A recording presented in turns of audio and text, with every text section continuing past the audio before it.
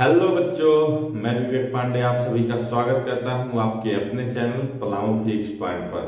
तो आज हम लोग मैथ का फर्स्ट चैप्टर शुरू करने वाले हैं बच्चों, वो भी क्लास 10th का। तो फर्स्ट चैप्टर का नाम क्या है बच्चों? Real number. ठीक है, तो रियल नंबर किसको कहते हैं बच्चों? तो जितना भी नंबर अभी तक आप देख रहे हैं सब रियल नंबर ही है। ठीक है, चाहे वो पॉजिटिव नंबर हो, निगेटिव नंबर हो, जीरो हो, सब क्या है? रियल नंबर हो, मतलब रियल नंबर है। ठीक ना? तो कहने का मतलब क्या है कि अभी क्लास 10th में आप लोग का फर्स्ट चैप्टर है रियल नंबर। तो रियल नंबर में बस दो ही चीज आप लोग को पढ़ना है बच्चों, और वही दो टॉपिक से 6 नंबर का क्वेश्चन आने वाला है, क्योंकि फर्स्ट चैप्टर से 6 नंबर यानी 6 मार्क्स का क्वेश्चन आता है। ठीक ना? तो बस दो चीज इसमें समझना है आपको। गारंटी है कि 6 में से 6 मार्क्स आ जाएगा आपका। ठीक ना? तो उसके पहले हम लोग रिवीजन कर लेते हैं। जैसे क्लास 9th में आप लोग नंबर सिस्टम पढ़े होंगे, तो व्हाट इज नंबर सिस्टम? ठीक है, तो नंबर सिस्टम में बहुत तरह का पढ़े होंगे, जैसे कि इवेन नंबर क्या होता है, जो नंबर 2 से डिविजिबल होता है उसको इवेन नंबर बोलते हैं। ऑड नंबर किसको बोलते हैं? जो 2 से डिविजिबल नहीं होता है, मतलब 2 से डिविजिबल नहीं होता है, उसको ऑड नंबर बोलते हैं। उसके बाद प्राइम नंबर किसको बोलते हैं? तो जो नंबर 1 और इटसेल्फ यानी खुद से, तो दुनिया का जितना नंबर है वो खुद से और 1 से तो कटेगा ही। ठीक है, तो जो नंबर केवल 1 और खुद से कटे, उसके अलावे दुनिया का दूसरा कोई भी नंबर न काट पाए उसको। ठीक है, मतलब उससे वो डिविजिबल ना हो, तो उसको प्राइम नंबर बोलते हैं। कंपोजिट नंबर किसको बोलते हैं? तो जो 1 और इटसेल्फ के अलावे किसी तीसरे नंबर से भी डिविजिबल हो। जैसे 7 जो है वो प्राइम नंबर है, लेकिन 9 कंपोजिट नंबर है, क्योंकि 9 जो है वो 3 से डिविजिबल होता है बच्चों।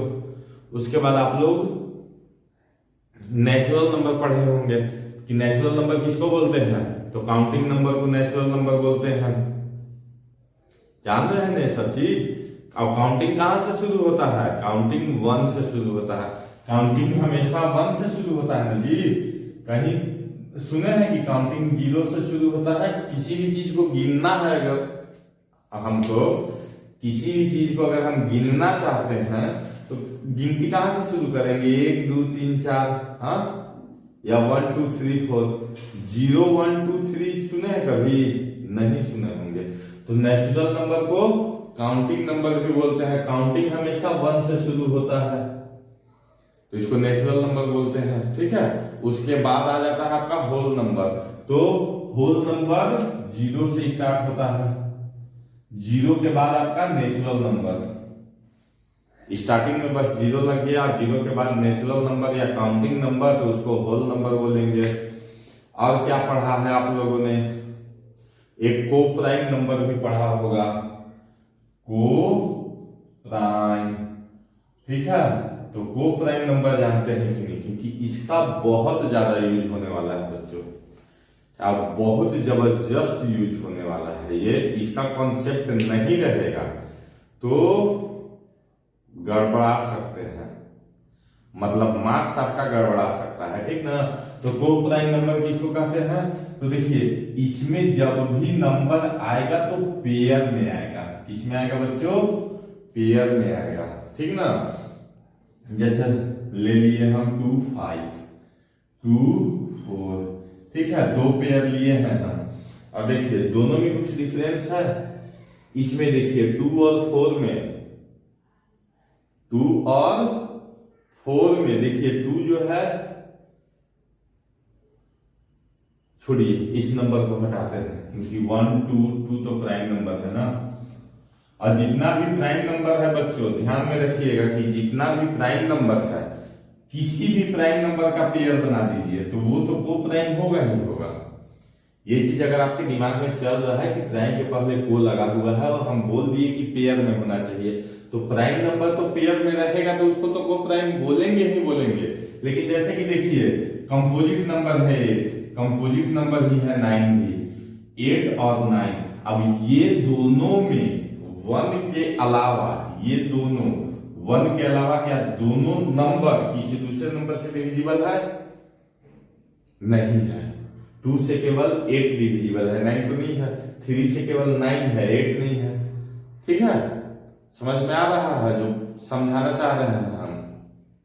मतलब कोई भी आप ऐसा दो नंबर ले लीजिए, जैसे 11 12 12 13 13 14, कोई भी दो नंबर ले लीजिए ना, कंटिन्यूअस नंबर लीजिएगा, कंजिक्यूटिव टर्म्स अगर आप लेते हैं तो वो भी आपका क्या होता है? को प्राइम नंबर भी होता है। मतलब दो नंबर ऐसा लेना है जिसमें कि को प्राइम, दो नंबर को को प्राइम हम तभी बोलेंगे, कोई भी दो नंबर हो उसको को प्राइम हम तभी बोलेंगे ना बच्चों, जब उसमें 1 के अलावे दूसरा कोई कॉमन नंबर ना हो। जैसे मान लीजिए हम 8 और 10 ले लिए, क्या ले लिए जी? 8 और 10 ले लिए। तो 8 और 10 में देखिए 2 है कॉमन की नहीं है?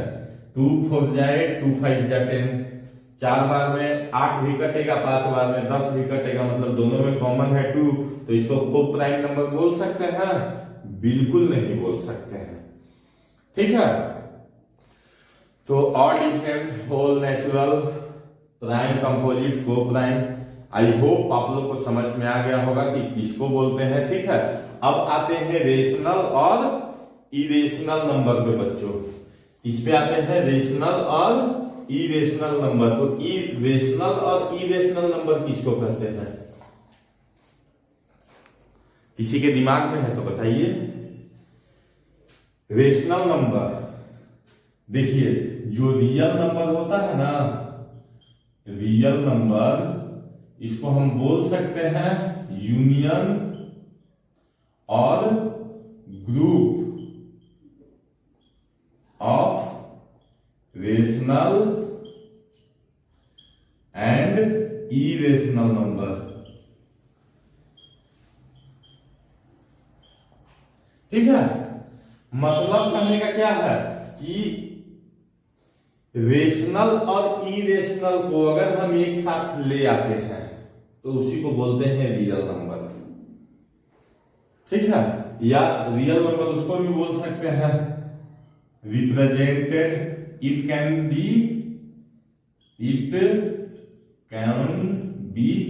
Represented on number line. ये वाला लाइन देखे होंगे ना, बीच में 0 होता है, इधर पॉजिटिव, जैसे 1 2 3, और इधर वाला सारा निगेटिव नंबर होगा, जैसे -1 -2 -3। 1 का एडिटिव इनवर्स हो गया -1, 2 का एडिटिव इनवर्स -2, 3 का additive inverse -3। That is known as integer. Integer आप लोग पढ़े होंगे कि इंटीजर किसको कहते हैं, तो ये कंप्लीट नंबर को इंटीजर बोलते हैं बच्चों, 1/2। ठीक है, इसको इंटीजर हम नहीं बोलते हैं क्योंकि 1/2 का रिजल्टेंट हमको क्या मिलेगा? 0.5 मिलेगा ना, तो ये कंप्लीट नंबर तो नहीं है। तो जो कंप्लीट नंबर होगा उसको, और उसका एडिटिव इनवर्स, सपोज मेरे पास -2 है तो -2 का एडिटिव इनवर्स क्या होगा? +2। तो कोई भी नंबर और उसका एडिटिव इनवर्स, दोनों नंबर को हम क्या बोल सकते हैं? साथ में इंटीजर बोल सकते हैं। तो नंबर लाइन पे हम रिप्रेजेंट कर सकते हैं, नंबर लाइन पे इसको भी रिप्रेजेंट कर सकते हैं। ठीक है, उसमें कंफ्यूज होने का जरूरत नहीं है कि 1/2 को हम नंबर लाइन पे रिप्रेजेंट कर सकते हैं कि नहीं कर सकते हैं, वो एक अलग चीज है। अभी हम समझा रहे थे इंटीजर के बारे में। ठीक है, तो कि इंटीजर किसको कहते हैं, ठीक ना।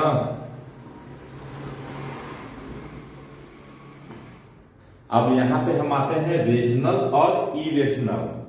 ठीक ना, तो देखिए रेशनल और इरेशनल का ग्रुप, मतलब दोनों के एक साथ ही मिला दीजिए। रेशनल नंबर हो या इरेशनल नंबर हो, दुनिया में दो चीज है, या तो रेशनल है नंबर जितना भी है या तो रेशनल है या तो रेशनल नहीं है। रेशनल नहीं मतलब इरेशनल है, तो या तो रेशनल है नहीं तो इरेशनल है। दोनों को हम मिला देंगे तो रियल नंबर मिल जाएगा हमको। दोनों को एक साथ बैठा दिए तो क्या मिल गया हमको? रियल नंबर मिल गया बच्चों।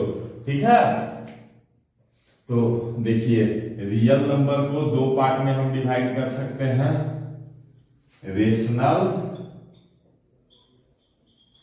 और इरेशनल। तो रेशनल नंबर किसको बोलते हैं बच्चों? हाँ, रेशनल नंबर किसको कहते हैं मालूम है? पढ़े होंगे क्लास 9 में कि p/q के फॉर्म में लिख सकते हैं कि 0 के इक्वल नहीं होना चाहिए।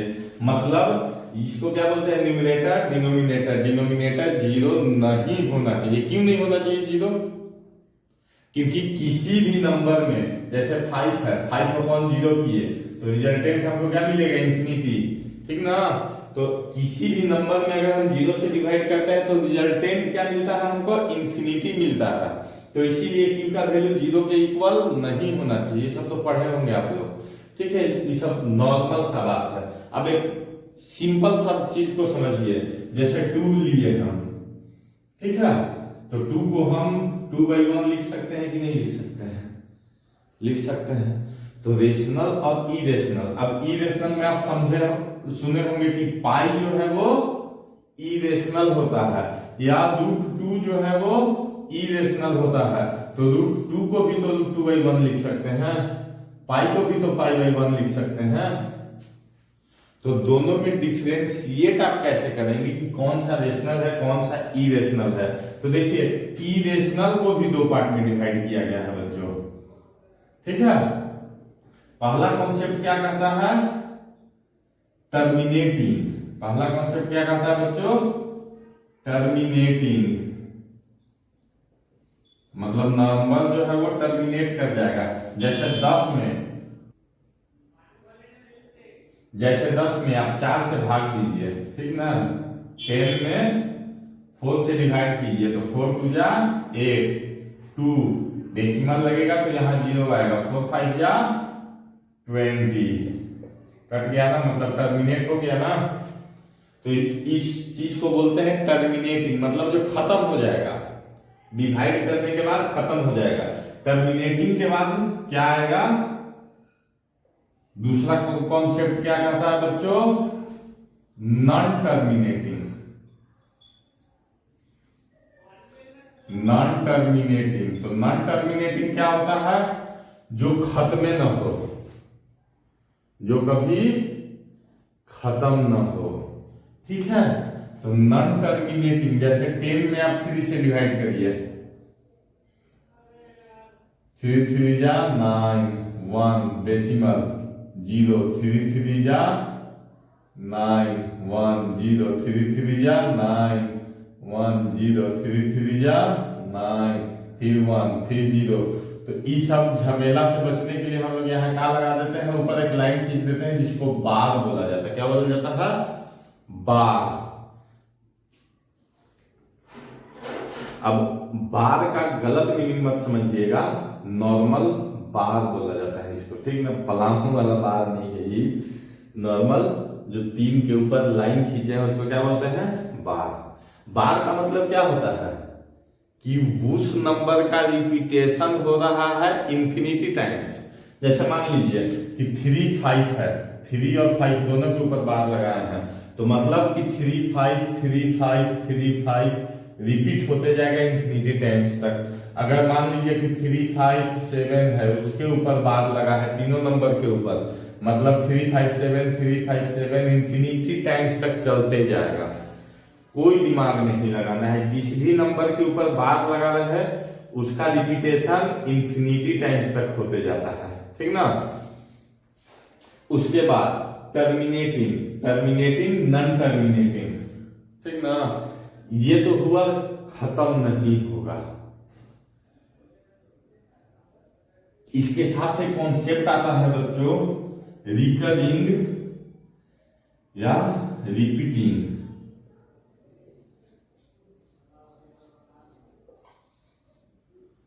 ठीक है, फिर नॉन रिपीटिंग।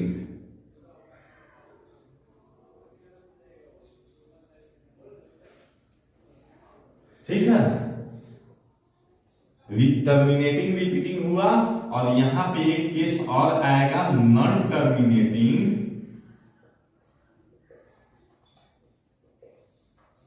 और रिपीटिंग, मतलब एक ही नंबर बार बार रिपीट होते जा रहा है। ठीक है, एक ही नंबर बार बार अगर रिपीट होते जा रहा है, अगर टर्मिनेटिंग और रिपीटिंग है, मतलब टर्मिनेटिंग है तो रिपीटिंग नहीं होगा, ठीक ना। टर्मिनेटिंग, ये फिगर भी हम गलत बना दिए, मान के चलिए टर्मिनेटिंग है, टर्मिनेटिंग तो खत्म हो गया, ठीक है। अब नॉन टर्मिनेटिंग को दो पार्ट में बांटना चाहिए था, ठीक है, वहीं पे मिस्टेक हो गया। नॉन टर्मिनेटिंग रिपीटिंग और नॉन टर्मिनेटिंग नॉन रिपीटिंग बच्चों, नॉन टर्मिनेटिंग नॉन रिपीटिंग, तो बस यही एक केस है इरेशनल का, ठीक ना। अगर टर्मिनेटिंग है, अगर नंबर जो है वो टर्मिनेटिंग है, तो इसका मतलब क्या है कि वो रेशनल नंबर है। अगर नॉन टर्मिनेटिंग है, मतलब डिवीजन करने के बाद, जैसे 10 में 9 से, सॉरी 10 में 3 से डिवाइड किया है, तो देख रहे हैं आप 3 का रिपीटेशन हो रहा है कि नहीं, हाँ, मतलब रिपीटिंग हो रहा है, सेम नंबर का बार बार रिपीटिंग हो रहा है, ठीक ना। तो सेम नंबर का जब बार बार रिपीटिंग हो रहा है तो वैसे नंबर को हम लोग रेशनल नंबर बोलेंगे। और अगर ना ही टर्मिनेट कर रहा है डिवीजन होने के बाद, जैसे √2 हो गया, √3 हो गया, √5, √7, √8, √10, ठीक ना, या पाई हो गया, तो ये सब नंबर जो है। अब एक चीज और ध्यान में रखिएगा कि यहां पे आपको कभी कभी कंफ्यूज कर सकता है कि पाई जो है वो क्या होता है बच्चों, इरेशनल होता है, लेकिन पाई का वैल्यू जो होता है 22/7 वो रेशनल होता है, ध्यान में रखिएगा, ठीक ना। तो नॉन टर्मिनेटिंग और नॉन रिपीटिंग, मतलब डिवाइड करने के बाद अगर नंबर ना ही तो टर्मिनेट हो रहा है और ना ही रिपीट हो रहा है, तो उसको हम क्या बोलेंगे, इरेशनल बोलेंगे। केवल एक ही केस में नंबर इरेशनल होता है, बाकी सारे केस में बच्चों नंबर जो है वो रेशनल होता है, ठीक ना।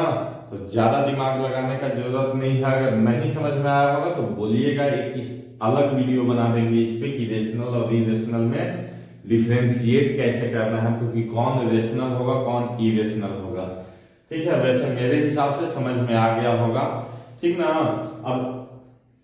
अब ये सारा सिस्टम जो आप देख रहे हैं इसी को बोलते हैं रियल नंबर, कोई दिमाग नहीं लगाना है, ठीक है। अब इसके बाद एक नया चीज हम लोग देखने जा रहे हैं बच्चों, मतलब नया क्या, आप लोग के लिए नया कुछ नहीं है। एलसीएम एचसीएफ किसको किसको आता है, बस ये बताइए। एलसीएम और एचसीएफ अगर आपको आ रहा है तब तो बताने का जरूरत नहीं है, और जिसको जिसको आता है एलसीएम एचसीएफ, वो फुल फॉर्म पता है किसी को एलसीएम एचसीएफ का,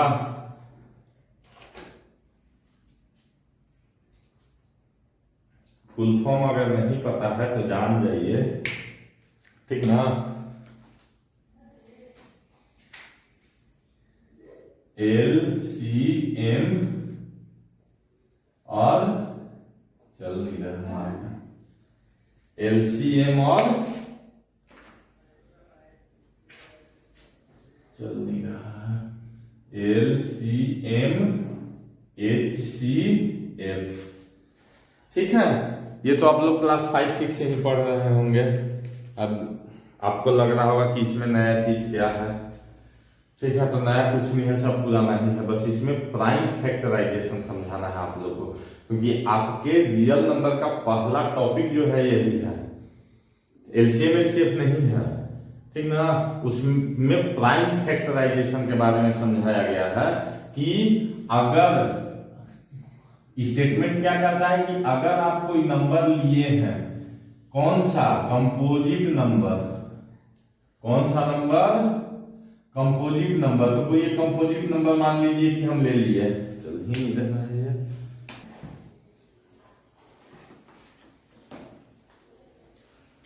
जैसे एक नंबर लिए हम 16, कंपोजिट नंबर है, ठीक है।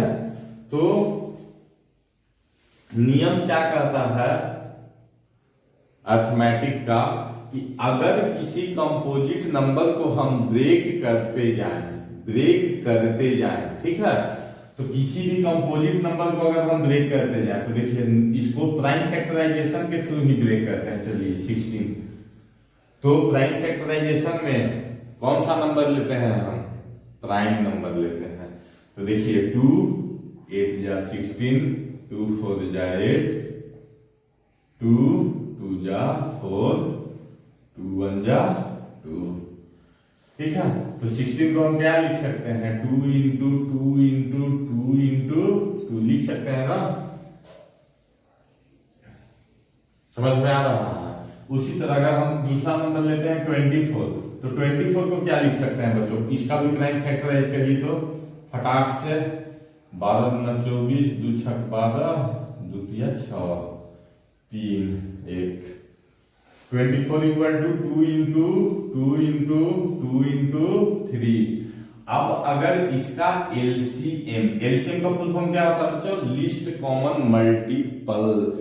मल्टीपल का लिस्ट, यानी 16 और 24 का अगर आपको एलसीएम निकालने के लिए बोला जाए, 16 और 24 का बच्चों अगर आपको एलसीएम निकालने के लिए बोला जाए, तो एलसीएम का फुल फॉर्म क्या होता है, लिस्ट कॉमन मल्टीपल में सबसे छोटा नंबर, ठीक ना।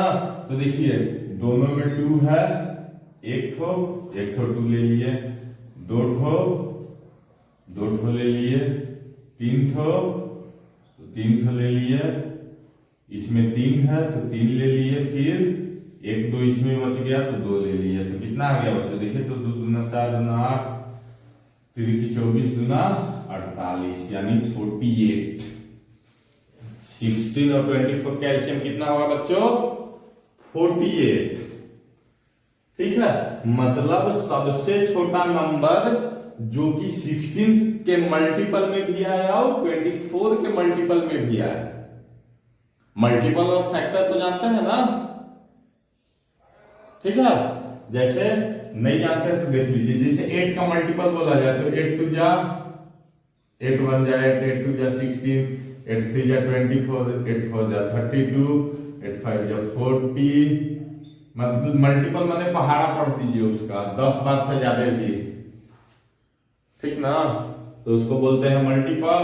अब फैक्टर अगर पूछा जाए तो जवन नंबर से 8 कटेगा, जिसे 1 हो गया इसका फैक्टर, 1 तो सब एक रहता है, उसके बाद 2 हो गया, 2 4 जा 8, 4 2 जा 8, अब 8, ये और ये तो सब में रहेगा, इटसेल्फ और 1 तो सब में रहेगा, उसके अलावा देखिए 2 और 4, तो इसको बोलेंगे फैक्टर, कि कौन कौन नंबर से कट रहा है वो उसका फैक्टर होगा।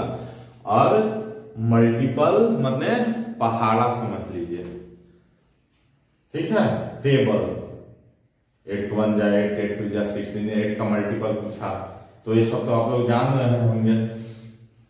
तो एलसीएम देखिए 16 और 24 का एलसीएम पूछा गया, तो 16 और 24 का जब एलसीएम पूछा गया तो मतलब ऐसा सबसे छोटा नंबर जो कि 16 से भी डिविजिबल हो और 24 से भी डिविजिबल हो बच्चों, ठीक है।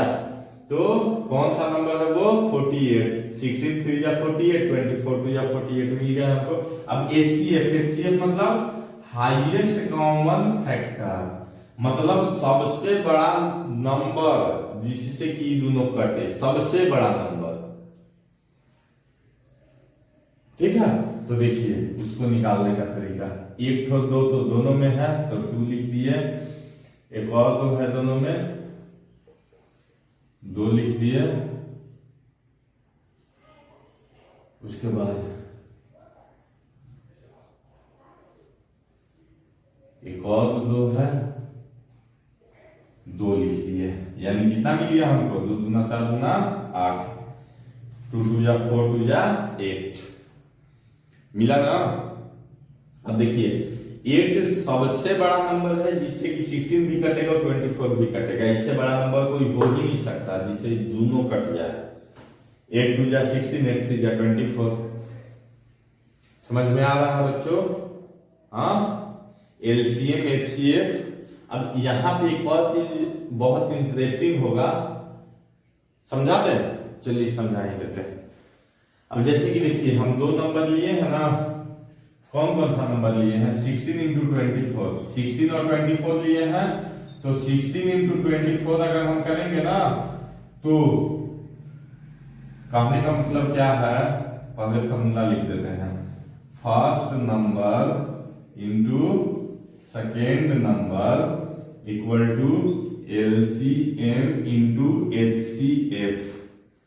तो फर्स्ट नंबर क्या है 16, सेकेंड नंबर क्या है 24, इक्वल टू एलसीएम कितना आया 48 और एचसीएफ कितना है 8। करके देखिए तो आ रहा है कि नहीं, इक्वल 16 4 जा 64, कैरी 6 38, इक्वल टू 8 8 जा 64, 6 8 4 32, 6 38 आ गया नहीं, इक्वल दोनों। तो देखिए first number second number LCM HCF, 2 4 चीज है, चारों में से कोई एक चीज मिसिंग रहेगा आपका क्वेश्चन में, ठीक ना, चारों में से कोई एक चीज मिसिंग रहेगा आपका क्वेश्चन में। अब ये फॉर्मूला दिमाग में रखिएगा, ठीक है। अभी हम आते हैं वापस टॉपिक पर, जब एक्सरसाइज स्टार्ट करेंगे ना तो इसको और अच्छे से समझाएंगे। अभी हम आते हैं वापस एलसीएम एचसीएफ पर, ठीक ना, कि एक प्राइम फैक्टराइजेशन कैसे करते हैं, समझ में आया बच्चों? प्राइम फैक्टराइजेशन कैसे करते हैं समझ में आया? मतलब दुनिया का कोई भी कंपोजिट नंबर लीजिए, दुनिया का कोई भी कंपोजिट नंबर लीजिए, जैसे कि मान लीजिए 27 लेते हैं और 81 लेते हैं, ठीक है। क्यों लिए हैं थोड़ा देर के बाद समझ में आएगा, एक कॉन्सेप्ट अभी देने वाले हैं, ठीक ना। तो 27 3 9 जा 27, 3 3 जा 9, यानी कि 3 इंटू 3 इंटू 3, यानी इसको हम लिख सकते हैं 3 का क्यूब, लिख सकता है पक्का। उसी तरह 81 को जब हम करेंगे तो 27 टाइम्स में 81, 3 9 जा 27, 3 3 जा 9, यानी 3 into 3 into 3 into 3 equal to 3 का पावर 4।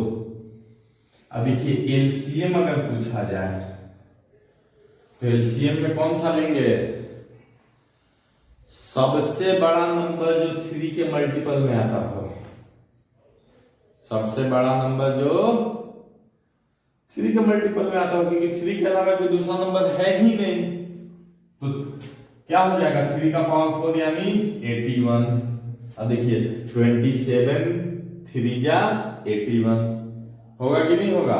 उसी तरह अगर एचसीएफ पूछा जाए तब क्या होगा, एलसीएम में बड़ा वाला जिसका पावर ज्यादा हो उसको लेना है, और एचसीएफ में किसको लेना है, जिसका पावर छोटा हो, जैसे 3 का पावर 3, यानी एचसीएफ क्या हो जाएगा 27, यानी 27 सबसे बड़ा नंबर है जिससे कि दोनों नंबर कट जाएगा। 27 वैसा सबसे बड़ा नंबर है जिससे कि दोनों नंबर डिविजिबल है या दोनों नंबर कट जाएगा, ठीक है। और 81 ऐसा सबसे छोटा नंबर है जो 27 के टेबल में भी आता है और 81 के टेबल में भी आता है, समझे। उसी तरह अगर मान लीजिए ये सब तो कांस्टेंट टर्म है, अगर वेरिएबल टर्म दे दिया जाए तब आप लोग क्या करेंगे, मान लीजिए कि X Y cube X square Y, यही 2 नंबर रखते हैं, ठीक है। मान लीजिए ये 2 नंबर है, तो ये दोनों नंबर का एलसीएम और एचसीएफ हमको निकालना है। कैसे निकालेंगे, एलसीएम के लिए भी हम क्या बोले थे कि बड़ा पावर, तो x सबसे पहले हम क्या लेंगे, x लेंगे, तो x में सबसे बड़ा पावर क्या है, स्क्वायर यानी x स्क्वायर, y में सबसे बड़ा पावर क्या है, क्यूब, तो y क्यूब। कुछ नहीं सोचना है एकदम, जिसका पावर सबसे ज्यादा है एलसीएम के लिए उसको उठा लेना है। अब एचसीएफ के लिए किसको उठाना है, जिसका पावर सबसे छोटा है, तो एचसीएफ के लिए x स्क्वायर, दोनों में छोटा कौन है, x है, उसी तरह y क्यूब और y, तो y है छोटा पावर। कुछ पावर नहीं है मतलब पावर 1 है, ये मत सोचिएगा 0 है। पावर किसी भी टर्म का पावर अगर 0 रहेगा ना बच्चों तो उसका वैल्यू 1 हो जाता है, ठीक ना, तो उसको हम x लिख ही नहीं पाएंगे। x का पावर अगर 0 रहेगा तो उसका वैल्यू हो जाएगा 1, तो उसको हम x लिख सकते हैं। 1 को 1 क्या है, कांस्टेंट टर्म है ना, तो कांस्टेंट टर्म को वेरिएबल के फॉर्म में लिख सकते हैं जब तक कि कोई हमारे पास फिक्स इक्वेशन ना हो। नॉर्मली तो हम नहीं बोल सकते हैं ना, कभी बोले हैं किसी को कि 1 किलो चावल दीजिए, 1 किलो मतलब क्या है, हाँ उसको इक्वेशन के फॉर्म में बैठा के बोल सकते हैं, समझ में आया। तो किसी भी टर्म का पावर अगर 0 है तो उसका वैल्यू हो जाता है 1, ठीक है। तो अगर किसी भी वेरिएबल टर्म लिखा हुआ है उसका पावर गिवन नहीं है तो उसका पावर 1 ही होता है, ध्यान में रखिएगा इस चीज को, अगर नहीं लिखा हुआ है तो, ठीक है। उम्मीद है आप लोग को प्राइम फैक्टराइजेशन अच्छे से समझ में आया होगा, और अगर आ रहा है तो एक दो क्वेश्चन दे रहे हैं, बना के बताइएगा कि चलिए x का पावर 4, y का पावर 7, x का पावर 9, y का पावर 2, एलसीएम और एचसीएफ फाइंड करिए। और एलसीएम एचसीएफ फाइंड करके इसका कमेंट सेक्शन में आंसर जरूर बताइएगा बच्चों।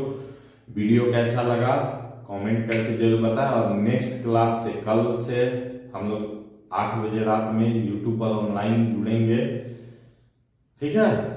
चलिए मिलते हैं ब्रेक के बाद।